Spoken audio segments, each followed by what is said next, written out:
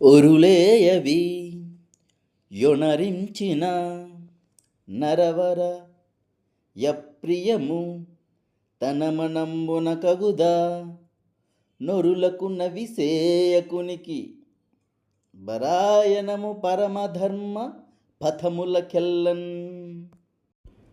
ఒరులు అంటే ఇతరులు.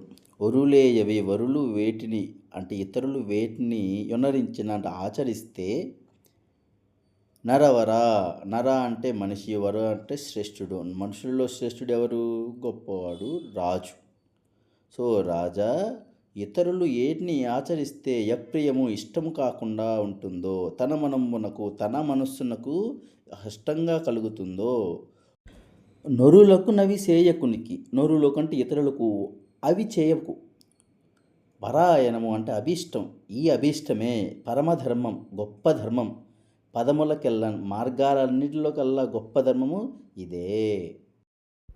భావం: ఓ రాజా, ఇతరులు ఏ పని చేస్తే తన మనస్సుకు బాధ కలుగుతుందో ఆ పని తిరిగి తాను ఇతరులకు చేయకుండటమే అన్ని ధర్మ మార్గాలలోనూ గొప్పది.